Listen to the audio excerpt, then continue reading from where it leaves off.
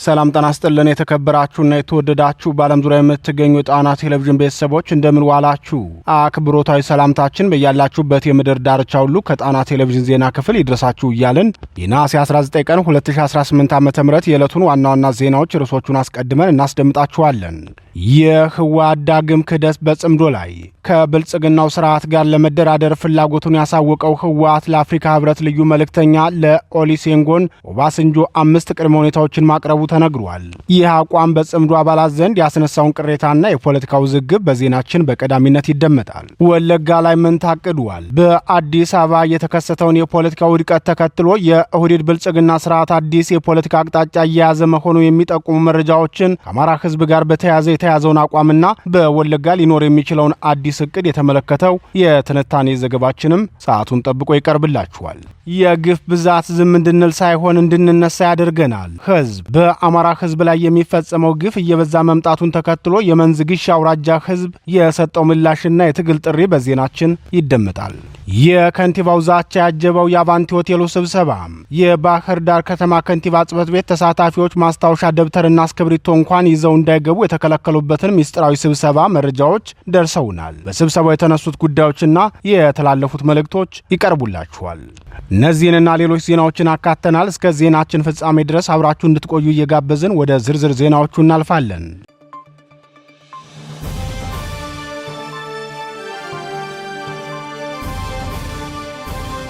የህወሓት ዳግም ክህደት በጽምዶ ላይ ህወሓት ከብልጽግናው ስርዓት ጋር ለመደራደር ፍላጎቱን አሳወቀም። በዚህ ድርጊቱም የጽምዶ አባላትን ማሳዘኑን የደረሰን መረጃ ያመላክታል። የትግራይ ህዝብ ህልውና በብልጽግና መቃብር ላይ ነው እያለ የጦርነት ቅስቀሳ ሲያደርግ የነበረው ህወሓት 5 ቅድመ ሁኔታዎችን በማስቀመጥ እነዚህ ከተከበሩልኝ እደራደራለሁ ሲል ለቀድሞው የናይጄሪያ ፕሬዝዳንትና የአፍሪካ ህብረት ልዩ መልእክተኛ ኦሉሴጉን ኦባሳንጆ መናገሩን አስታውቋል። ህወሓት ከብልጽግና ጋር ለመደራደር ተማጽኖ ያቀረበው ደግሞ ሸረሪና ላይ ከደረሰበት ከባድ ምት የተነሳ መሆኑን የሚናገሩት የቡድኑ ውስጥ አዋቂዎች ህወሓት ከዚህ በኋላ በጦርነት የሚያሳካው ፍላጎትም ሆነ የሚያስጠብቀው መብት እንደሌለ የተረዳበት ደረጃ ላይ ደርሷል። በዲፕሎማሲ በወታደራዊና ፖለቲካዊ መስክ ሁሉ ሽንፈት ስለደረሰበት ያለው ብቸኛ ተስፋ ተደራድሮ መግባት መሆኑን አውቆታል ሲሉ ተናግረዋል። የህወሓት ቡድን ዛሬ ረፋር ላይ የቀድሞው የናይጄሪያ ፕሬዝዳንት ኦሉሴጉን ኦባሳንጆ ወደ ትግራይ መምጣታቸውን አስመልክቶ የሰጠ መግለጫ በሚል ርዕስ ባሰራጨው መልእክቱ የኦባሳንጆ ጉብኝት ድንገተኛ ቢሆንም የትግራይ መንግስት ፕሬዝዳንት ግን አስቀድመው የያዙትን መርሃ ግብር አቋርጠው ከሳቸው ጋር ተገናኝተው ተወያይተዋል ብሏል። የቡድኑ መግለጫ አክሎም ከዚህ በመነሳት ከፌዴራል መንግስት ጋር ውይይት ሊጀመር ከሆነ የሚከተሉትን ጉዳዮች መመለስ መሰረታዊና ቁልፍ ጉዳዮቻችን ናቸው። እነሱም የኢኮኖሚ ማዕቀብና እገዳ መነሳት፣ ወታደራዊ ከበባ ማቆምና የተፈጠረውን ውጥረት ማርገብ፣ የትግራይ ሉዓላዊ ግዛት ወደ መደበኛ ሁኔታ መመለስ፣ ተፈናቃዮችን ደህንነታቸውና ክብራቸው በተጠበቀ መንገድ መመለስ፣ የህዝባዊ ወያኔ ሓርነት ትግራይ ህወሓት ፖለቲካዊና ህጋዊ ማንነት መመለስ ናቸው ብለዋል። ከነዚህ የህወሓት ጥያቄዎች በኋላም ኦባሳንጆ ወደ አዲስ አበባ የተመለሱት እነዚህን የህወሓትን ጥያቄዎች ለኦህዴድ ብልጽግና አሳውቀው የሚሰጣቸውን ምላሽ ይዘው ለመመለስ መሆኑን ቃል እንደገቡለት የህወሓት መግለጫ ይገልጻል። ሆኖም ብልጽግናው እነዚህን ጥያቄዎች ላይቀበልልኝ ይችላል ብሎ ስጋት እንዳደረበት ገልጿል።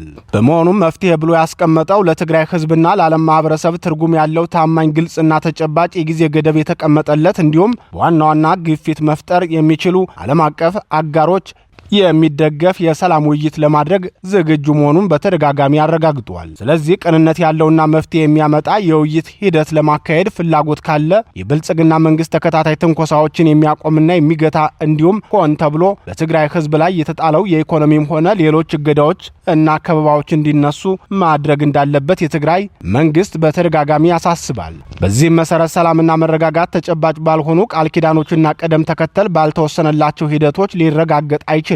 ትክክለኛ እውነተኛና ቀጣይነት ያላቸው ግንኙነቶችና ውይይቶች የሁሉንም ተዋናኞች ተሳትፎ ይጠይቃሉ። ከዚህ በመነሳት የትግራይ መንግስት ትርጉም ያለው ገንቢና ለውጥ የሚያመጣ የሰላም ውይይትና ግንኙነት ለማካሄድ በማንኛውም ጊዜና ሁኔታ ዝግጁ መሆኑን እንደገና ለማረጋገጥ ይወዳል ሲል የመጨረሻ እድሉ ብሎ የወሰደው ከብልጽግና ጋር መደራደርን ብቻ መሆኑን በድጋሚ ገልጿል። ይህን የህወሓት መግለጫና ውሳኔ ተከትሎ አስተያየታቸው ለጣና ቴሌቪዥን የገለጹ ተንታኞች የህወሓት ዓላማና የትግል መርህ የማይጨበጥ መሆኑን ተደጋጋሚ ጊዜ ሲገለጽ የነበረውን ያረጋገጠ ነው። ህወሓት ቀደም ሲል ጸረ አገዛዝ ትግል እያደረኩ ነው፣ ወልቃይትና ጠለምትን ቢሰጡኝም አልቀበልምና የመሳሰሉትን ማደናገሪያዎች እየሰጠ ቢቆይም የማይቀየር ፍላጎቱን ዛሬ በአደባባይ ገልጿል። ይህን ተከትሎም በፋኖ በኩል መስተካከል የሚገባቸው የአካሄድ ስህተቶችና የአጋርነት ልየታ ድክመት እርማትን ያሳየ ነው ብለዋል። ጸረ አገዛዝ ትግል እያደረኩ ነው፣ ለዚህም ጽምዶን መስርቻለሁ ሲል የነበረው ህወሓት ባለ 8 ገጽ የሽግግር መንግስት ሰነድ አዘጋጅቻለሁ ብሎ ደጋፊዎቹን ደስታ ባጎናጸፈ ማግስት ከብልጽግና ጋር አደራድሩ ብሎ መቅረቡ ደጋፊዎቹን ብቻ ሳይሆን የጽምዶ አባላቱንም አስከፍቷል። ይህ የሚያሳየው ደግሞ ህወሓት ጽምዶን የመሰረተውና በተለይም ጥቂት የፋኖ መሪዎቹን በተለያየ መንገድ የዓላማው ተጋሪ ያደረጋቸው የመደራደር አቅሙን ከፍ ለማድረግ ነበር። ሆኖም የክደት ምሳሌ የሆነው ቡድኑ ዛሬም የጽምዶ አባላቱን በአደባባይ ክዷል ሲሉ ተንታኞች ተናግረዋል።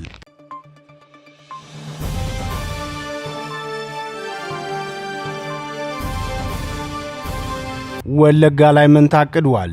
የኦህዴድ ብልጽግናው ስርዓትና የሚመሰረተው ስራው መንግስት ደጋፊ የሚባለው የኦሮሞ ፖለቲካው ኃይል አዲስ አበባ ላይ በምክክር ኮሚሽኑ ያልጠበቀው ሽንፈት ደርሶበታል። ይህን ሽንፈት ደግሞ እንደ ሐሳብ ብልጫ ወስዶ ራሱን ከመመርመር ይልቅ መንግስት የተንቋል፣ አማራው ሌሎቹን አስተባብሮ የኦሮሞን መንግስት ለመጣል ተደራጅቷል የሚል አስተሳሰብ በመያዝ ለሌላ የእልቂት ድግስ ራሱን ያዘጋጀበት መረጃ ወጥቷል።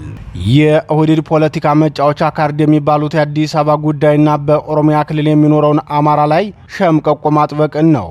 አዲስ አበባ ላይ ለደረሰበት ፖለቲካዊ ስብራት አሩሴና ወለጋን የሽንፈት ማወራረጃ አድርጎ የመረጠው ኦህዴድ መሩ የፖለቲካ ክንፍ በዋናነት ወለጋ ላይ ትኩረት ማድረጉ ተነግሯል።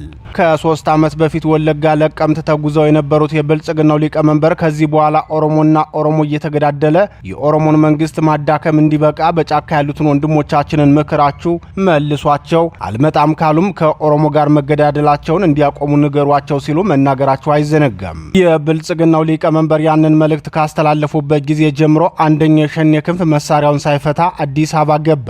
ጫካ የቀረው ደግሞ እንደተለመደው ከኦሮሚያ ክልል የጸጥታ መዋቅርና ከብልጽግናው መከላከያ ጋር መናበብ በመፍጠር የተለመደ የእልቂት ተግባሩን ሲያስፈጽም ቆየ። አሁንም በዚሁ መንገዱ ላይ ይገኝበታል። ከቅርብ ጊዜ ወዲህ ደግሞ በወለጋ ጠቅላይ ግዛት የኦህዴድ መንግስት ሊፈጽም ያሰበውን እቅዱን በተለያየ መንገድ እያሳወቀ ነው። በቅርቡ ተከታታይ የሚዲያዎች ዘመቻ እያካሄደ ያለው የኦህዴድ ብልጽግና ሰዎች በተለየ መልኩ ወለጋ ላይ ዘመቻ ከፍተዋል። በዘመቻቸውም የወለጋ ፋኖ ከኦሮሚያ ይውጣ፣ የወለጋ ፋኖ ወራሪ ነውና የወለጋን ፋኖ ያደራጀ ብአዴን መዋቅር ነው የሚሉ ተከታታይ ፍረጃዎችን እያቀረቡ ይገኛሉ። ቀደም ሲል የብልጽግናው ሊቀመንበር ፖለቲካዊም ሆነ አስተዳደራዊ ድኩም ነው ሲል የነበረው ጀዋር መሐመድ ሰሞኑን በአንድ ሚዲያ ቀርቦ አብይን መናቅ ከባድ ዋጋ ነው፣ እኛን ሁሉ ጥባ ጥቤን የተጫወተብን፣ አብይ ከተባበሩት አረብ ኤሚሬቶች ከሚገዛቸው ድሮኖች የበለጠ በራሱ አቅም እያመረተ ጠንካራ የአየር ላይ የበላይነት ወስዷል በማለት የብልጽግናው ሊቀመንበር ስብና ግንባታ ላይ ተጠምዷል። ነገር ልንገር፣ አሁን ስልጣን ላይ ያሉ ሰዎች አብዛኞቹ ከሴኩሪቲ ብራንች ነው የመጡት። እዚህ አንደርስቴት አንደ ቀደም ያልቃ አብይና አቆት ምናምን የምትለው ነገር እውነት እኮ ነው። መጀመሪያ ላይ እኛም እሱ ራሱ በደንብ አላየነውም። አንድ ስም አልጠራም፣ አንድ ሰው ነው የነገረኝ ይሄን ነገር። ከነሱ ውስጥ የናቀ ሰው በሙሉ ቡን ነው የሆነው። ቢሊነሪ አይደሉም፣ ስትራቴጂክ አይደሉም፣ but they are practical and they are ruthless. They have no principles. ወነግ ናቃቸው በሉት፣ አሳደጋቸው ህወሓት ናቃቸው በሉት፣ ሻዕቢያ ጥንቸል ሲላቸው ነበር በሉት። እኛ ተሸክመን ስልጣን ላይ አውጥታቸው በካልቾ ነው ያስወጡን። እሺ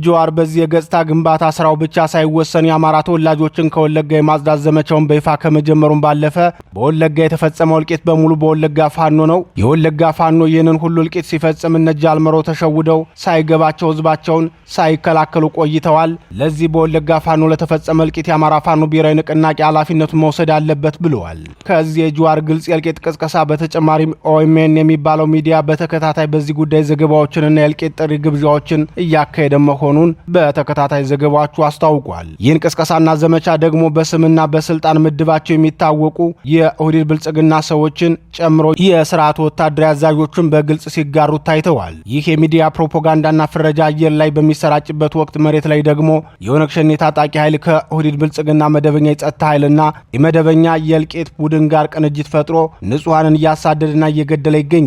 ከወዲሁም ይህንን እኩይ ተግባራቸውን በስፋት እያካሄዱት መሆኑን አሳይተዋል።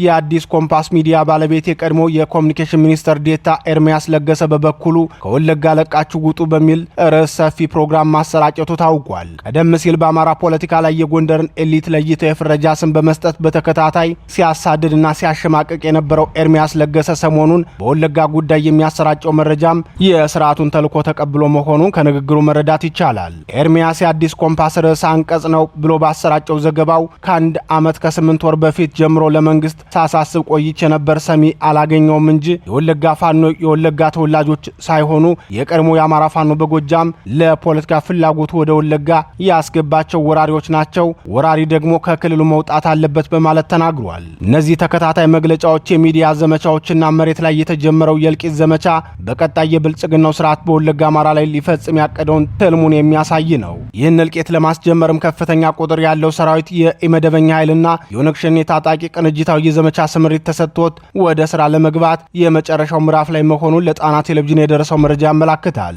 በሌላ በኩል ደግሞ ይህ የብልጽግና ስርዓት በወለጋ ህዝብ ላይ የጀመረው የማጽዳት ዘመቻ የችኮላው ምክንያት የአማራውን ጦርነት ከክልሉ እንዳይወጣ ለማድረግ በማሰብም እንደሆነ ተንታኞች ይናገራሉ። የብልጽግናው ስርዓት በአማራ ህዝብ ላይ የከፈተውን የዘር ማጥፋት ጦርነት ከክልሉ እንዲቆይና በተራዘመ ጦርነት ህዝቡን የከፋ ስቃይ ላይ መጣልን ዓላማ አድርጎ እየሰራ መሆኑ ይታወቃል። ሆኖም በወለጋ የሚንቀሳቀሰውና በተለይም በአንሻ ሰይድዝ ወታደራዊ አዛዥ አርበኛ ደም የተመሩ ኦፕሬሽኖች በተከታታይ የብልጽግናውን ሰራዊት ከባድ ዋጋ አስከፍለውታል። በተለይም ከወራት በፊት አርበኛ አደም በቀጥታ በመራው ኦፕሬሽን የብልጽግናውን ጄኔራል ጨምሮ በርካታ ሰራዊት መገደላቸው ይታወሳል። እነዚህ ተከታታይ የፋኖ ተጋድሎች ደግሞ የአማራውን ጦርነት ከክልሉ ለማስወጣት አንድ እርምጃ ወደፊት የሚያራምድ እንደሆነ በወታደራዊ ተንታኞች ይገለጣል። የኦህዴድ ብልጽግናው ስርዓትም ወለጋ ላይ የሚፈጽመው እልቂት ከዚህ ወታደራዊ ስጋት በመረዳትም ሊሆን እንደሚችል ይነገራል።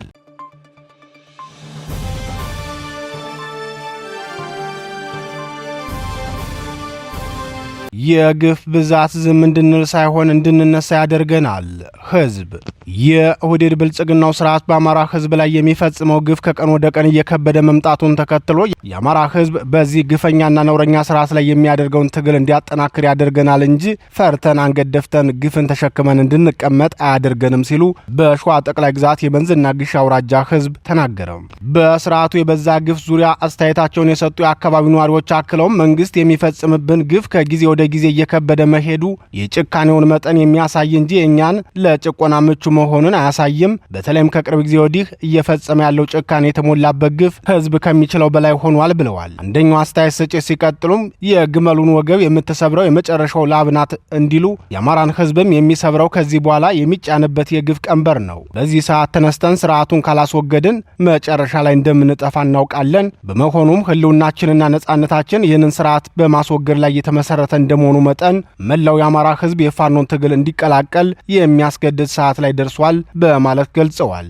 የአማራ ፋኖ ብሔራዊ ንቅናቄ ሸዋ ጠቅላይ ግዛት አሳምነው ህዝብ በበኩሉ ይህን የህዝብ ብሶት በተመለከተ መረጃ እንደደረሰው የህዝብ የመታገል ጥያቄንም ተቀብሎ ለማስተናገድ ዝግጁ መሆኑን በህዝብ ግንኙነት መምሪያው በኩል አስታውቋል። እውነት ነው፣ በአማራ ህዝብ ላይ በአገዛዙ የሚፈጸሙ ግፎች ሲበረክቱ ህዝባዊ ቢተኝነት ተጠናክሮ ይቀጥላል ሲል ያስታወቀው የሸዋ ጠቅላይ ግዛት አሳምነው ህዝብ በተለይም ከ52 በላይ የሚሆኑ ንጹሃን ወገኖች የፋኖ ቤተሰብ ናችሁ በሚል ምክንያት ተጠርጥረው ከሳምንት በላይ በእስር ቤት ውስጥ በግፍ እየሰቃዩ የሚገኙ ወገኖችን ግፍ በማስታወስ የትግል መሪነት ሚናውን ለመወጣት ያለውን ቁርጠኝነት ሲገልጽም ይህን በንጹሃን ላይ የሚፈጸመው ሰብአዊ ጥሰትና የእስር እንግልት የትጥቅ ትግሉን ቁርጠኝነት የሚያጠናክር መሆኑን እየገለጽን ህልውናችንና መብታችንን የማስከበር ሂደቱ በተባበረ ክንድ ይረጋገጣል ብለዋል። ይህ በእንዲህ እንዳለ ህዝብን እርስ በርስ በማጋጨት የስልጣን ዕድሜውን ለማራዘም የሚዋጋው ይህ ጸረ አማራው የብልጽግና ስርዓት በሰፈረበት በሚገኝባቸው ከተሞች ሁሉ የጠራቸው ህዝባዊ ስብሰባዎች በህዝቡ በኩል ከባድ ተቃውሞና ምላሽ እያስተናገደ ሲገኝ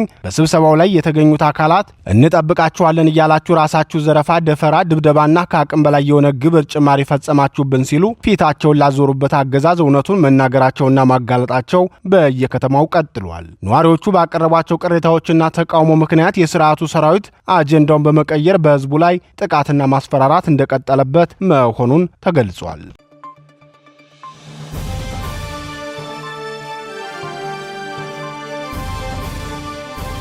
የከንቲባው ዛቻ ያጀበው የአቫንቲ ሆቴሉ ስብሰባ የባህር ዳር ከተማ ከንቲባ ጽሕፈት ቤት የአንድ ዓመት የሥራ አፈጻጸም ግምገማ በሚል አጀንዳ የተቋሙን ሙያተኞችና የክፍለ ከተማ ሹመኞቹን ከትናንት በስቲያ አቫንቲ ሆቴል ለስብሰባ ጠርቶ ነበር። በስብሰባው ማስታወሻ ደብተርና እስክሪብቶን ጨምሮ ምንም አይነት የተግባቦትና የማስታወሻ መመዝገቢያ መሳሪያ ይዘው እንዳይገቡ ለሰራተኞቹ ማሳሰቢያ በመስጠት ስብሰባው መጀመሩን ምንጮቻችን ተናግረዋል። በከፍተኛ ውጥረት የተካሄደው የአቫንቲ ሆቴሉ ስብሰባ ከተጠራበት አጀንዳ ውጭ የተካሄደ መሆኑን የሚናገሩት የጣና ቴሌቪዥን ምንጮች የስብሰባው አጀንዳ እንደሚቀየር የተረዳ ነው፣ ማስታወሻ ስልክና ሰዓት ይዘን ወደ አዳራሹ እንዳንገባ ስንከለከል ነው ይላሉ። በዚህ መልኩ የተጀመረው ስብሰባ ገና ከጅምሩ የከተማው ከንቲባ ጎሹ እንዳላማው ተሰብሳቢዎች ላይ ዛቻ በማቅረብ ንግግራቸውን እንደጀመሩ ምንጮቻችን ገልጸዋል። ከቀጣዩ መስከረም ወር ጀምሮ ይካሄዳል ተብሎ የሚጠበቀው የካድሬ ፕወዛን አስመልክቶ በባህር ዳር ፍትጊያው ተጠናክሮ መቀጠሉን በተከታታይ መዘገባችን ይታወሳል። በከተማው በሚገኙ 2 ቅንጡ ሆቴሎች በየቀኑ ሚስጥራዊ ስብሰባዎችን በማካሄድና በአጼ ቴዎድሮስ ክፍለ ከተማ በሚገኝ ግሮሰሪ ለሚሰበሰበው ተልዕኮ አስፈጻሚ ኃይል መመሪያ ሲተላለፍ ከቆየ በኋላ ከንቲባው ሰራተኛውንና የበታች ሹሞቻቸውን ሰብስበው አቋሞቻቸውን ይፋ ማድረጋቸውን የጣና ቴሌቪዥን ምንጮች አረጋግጠዋል። የአቫንቲ ሆቴሉ ውጥረት የሞላው ስብሰባ እንደተጀመረ ከንቲባ ጎሹ መስከረም ላይ ከስልጣን ይነሳል እያላችሁ የምታስወሩ አመራሮች እንዳላችሁ በመረጃ ክትትላችን ደርሰንበታል። እኔን ከቦታ የሚነቀንቀኝ ኃይል የለም። ለእናንተ ለጠላቶች ግን ከመስከረም በኋላ እንገናኝ ነው የምላችሁ ሲሉ ወጥተዋል። ይህን የከንቲባውን ንግግር ተከትሎም ቅሬታ ያላቸው እየተነሱ ተቃውሟቸውን የገለጹ ሲሆን በተለይም አንድ ካድሬ የጠራችውን የአንድ ዓመት አፈጻጸማችንን ለመገምገም እንጂ ልትዝቱብን አይደለም ብሎ ሲናገር ከንቲባው ተቀብለው አሁንም አፍህ ካላረፈ ዋጋ ትከፍላለህ ብለው እንደዛቱበት ምንጮቻችን ተናግረዋል። ከንቲባ ጎሹ እንዳላማው ከመጪው መስከረም ወር የሚካሄደውን የካድሬ ፕወዛ ተከትሎ ከከንቲባነት እንደሚነሱ የሚነገረውን መረጃ ቢቃወሙም መነሳታቸው እንደማይቀር የተረጋገጠው በግንቦት 24ቱ የብልጽግና ምርጫ ነው። በወቅቱ ምርጫ አቶ ጎሹ ባህር ዳር ላይ ለመወዳደር ቢሞክሩም ስላልተፈቀደላቸው ወደ ትውልድ ቀያቸው ምዕራብ ጎጃም ሄደው እንዲወዳደሩ ተደርገዋል። ይህም የአቶ ጎሹ በከንቲባነት የመቀጠል ፍላጎት እንዲመከን የሚያደርገው ይሆናል ሲሉ የከተማዋ ምክር ቤት አባላት ይናገራሉ። አቶ ጎሹ ግን ይህን የፓርቲያቸውን ሕግና መመሪያም ሆነ የሚቀርብባቸውን ተቃውሞ የማዳመጥ ፍላጎት እንደሌላቸው ነው በአቫንቲ ሆቴሉ ስብሰባ ለካድሬዎቻቸው እንቅጩን የነገሯቸው። ምንም አይነት ምድራዊ ኃይል ከፍላጎቴ የሚያስቆመኝ የለም ሲሉ መናገራቸውን ምንጮቻችን ተናግረዋል።